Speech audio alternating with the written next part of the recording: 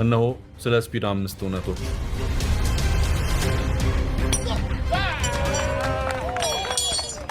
የዓለማችን አንደኛው ስትሪመር የ21 ዓመት ወጣት በኮቪድ-19 ወረርሽኝ ወቅት ነበር በዓለም አቀፍ ደረጃ ዝና ማግኘት የጀመረው።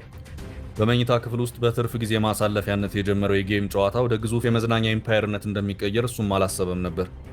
የእግር ኳስ ኮሜንተሪ፣ ቭሎግ እና ሙዚቃ ስፒድ በኢንተርኔቱ ዓለም የሚታወቅበት ስራዎቹ ናቸው። ሁሌም ጠንካራ፣ ጨዋሂ እና አስቂኝ በሆነ ልዩ የቀጥታ ስርጭት አቀራረብ የሚታወቀው ስፒድ በዩቲዩብ ከ47 ሚሊዮን በላይ ቤተሰቦች እና በኢንስታግራም ላይ ከ43 ሚሊዮን በላይ ተከታዮች አሉት። በሁለቱም የ2024 እና 2025 የቀጥታ ስርጭት ሽልማቶች የዓመቱ ምርጥ ላይቭ ስትሪመር ሽልማትን አሸንፏል።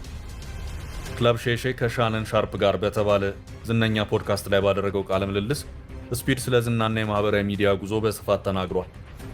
በኮቪድ-19 ወቅት ትምህርት አልነበረም እና የሚሰለቸኝ ነበር። ሁሉም ነገር ቆሟል እና ማድረግ የምችለው የቪዲዮ ጌሞችን መጫወት ብቻ ነው።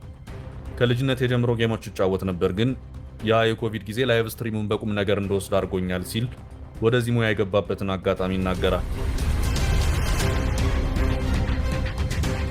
2. አትሌቲክስ እና ዝነኛ የጀብድ እንቅስቃሴዎቹ። ስፒድ ወይም ፍጥነት የሚለው ቅጽል ስሙ በተፈጥሮ ፈጣን በመሆኑ ከልጅነቱ የተሰጠው ቅጽል ነው። ስፒድ ፈጣን፣ ጠንካራና አንድ የስፖርት ባለሙያ ሊኖረው የሚገባ ተክለ ሰውነት ያለው ወጣት ነው።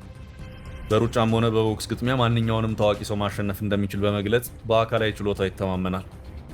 በቅርቡ የኦሎምፒክ የወርቅ ሜዳሊያ አሸናፊውን ኖህ ላይልስን በ50 ሜትር ውድድር የተፎካከረ ሲሆን በቅርቡ ደግሞ በአፍሪካ ጉብኝቱ ወቅት ከአቦ ሸማኔ ጋር ሩጫ ተወዳድሯል። ምንም እንኳን ሁሉም የጀብድ ውድድሮቹ በአሸናፊነት ባይጠናቀቁም በመላው ዓለም በድፍረትና ጠንካራ ተክለ ሰውነቱ እንዲሁም በልበ ሙሉነቱ እንዲታወቅ አድርጎታል። እንደ አውሮፓውያን አቆጣጠር በ2024 ደግሞ የአሜሪካ ግዛቶችን በጎበኘበት ጉዞው ወቅት ማያሚ ውስጥ 2 ፈጣን ላምበርጊኒ መኪናዎችን በተሳካ ሁኔታ በመዝለል የኢንተርኔቱን ዓለም አስደንግጧል። በዚህም ድርጊቱ የድፍረትን ጥግ ለተከታዮቹ አሳይቷል። በቀጥታ ስርጭቱ ላይ ባክፍሊፖችን በመስራትና ሌሎች ከፍተኛ ጥንቃቄ የሚፈልጉ ስፖርታዊ እንቅስቃሴዎች እንዲሁም ትርኢቶችን በመስራት ይታወቃል። በሄደበት ሀገር የሚደረጉ ባህላዊ ስፖርቶችንም በድፍረት ይሞክራል። 3. ራፐር እና የቢዝነስ ሰው። ከቀጥታ ስርጭት ፕሮግራሙ ባሻገር ስፒድ በሂፕሆፕ የሙዚቃ ስራ ይታወቃል። በጣም ተወዳጅ የሆነው ወርልድ ካፕ ትራክ በ2022 መለቀቁን ተከትሎ ብዙ አድማጭ ማግኘት ችሎ ነበር። ብዙዎች እንደ ታዳጊ ልጅ ቢያዩትም ጠንካራ የሥራ ፈጣሪነት መንፈሱ በብዙዎች ይደነቃል። ሀብቱም ከ10 ሚሊዮን ዶላር እስከ 15 ሚሊዮን ዶላር ይገመታል። የገቢው ምንጮችም በዋናነት የዩቲዩብ ማስታወቂያ፣ ትርፋማ የላይቭ ስትሪም ስምምነቶች፣ ስፖንሰርሺፕ እና የኦንላይን ሽያጭ ስራዎቹ ናቸው። 4. ቁጥር 1 የክርስቲያኖ ሮናልዶ ደጋፊ። ስፒድ ሌላ የሚታወቅበት ጉዳይ ዓለማችን ቁጥር 1 የእግር ኳስ ኮከብ ክርስቲያኖ ሮናልዶ ቀንደኛ ደጋፊ በመሆኑ ነው። ስፒድ በዓለም ላይ በጣም ታዋቂ የእግር ኳስ ወዳጅና የክርስቲያኖ ሮናልዶ አድናቂ ነው። ሮናልዶ ከሜሲ ይልቅ ጎት ወይም የምንጊዜውም ታላቅ ተጫዋች ነው በሚል የጥብቅና ክርክሩ ይታወቃል። ይህ የሮናልዶ ወዳጅነቱ መታወቅ የጀመረው እንደ አውሮፓውያን አቆጣጠር በ2022 ነው። ስፒድ የሮናልዶን ምስል በእጁ ላይ ተነቅሷል። ለሻነን ሻርፕ በፖድካስቱ ላይ ያ ሰው ያነሳሳኛል፣ እሱን ማየት ያበረታኛል ሲል ተናግሯል።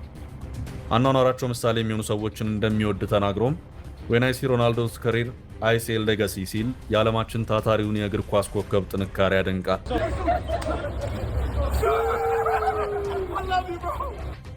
5. አወዛጋቢ አጋጣሚዎች።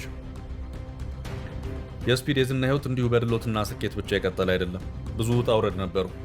የፕሮግራሙ ይዘት ቀጥታ ከመሆኑም ጋር ተያይዞ ብዙ ጥፋት እና ያለበት ሀገር ባህልና ህግ የማይፈቅደውን ነገር የመስራት እድሉ ሰፊ ነው። ስፒድ ከኢንተርኔቱ ዓለም የመጀመሪያ ቅጣቱን ያገኘው በ2021 ሲሆን ትዊች ከተባለው ማሰራጫ ያልተገባ ወሲባዊ አስተያየቶችን በማሰራጨት በሚል ለ2 ዓመት እንዲታገድ ሆኗል። እንዲሁም በ2023 የጌም ቀጥታ ስርጭት ወቅት ያልተገባ አካሉ በመታየቱ ምክንያት ከፍተኛ ወቀሳና መነጋገሪያ ሆኖ ነበር። ዛሬም ድረስ ወደ አንዳንድ ሀገራት ሲጓዝ የሚከቡት አድናቂዎች አይሾ ስፒድ ከሚለው ስሙ ይልቅ አይሾ ሚት እያሉ ያን አጋጣሚ በሚያስታውስ የውርደት ስሙ እየጠሩ ሊያሸማቅቁት ይሞክራሉ።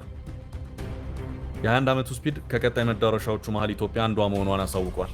እስቲ በእርሱ አመለካከት ይህ ብዙ ተከታዮች ያሉት ወጣት ስለ ኢትዮጵያ ምን ቢያውቅ ይሻላል ይላሉ? ሀሳባችሁን ጻፉልን።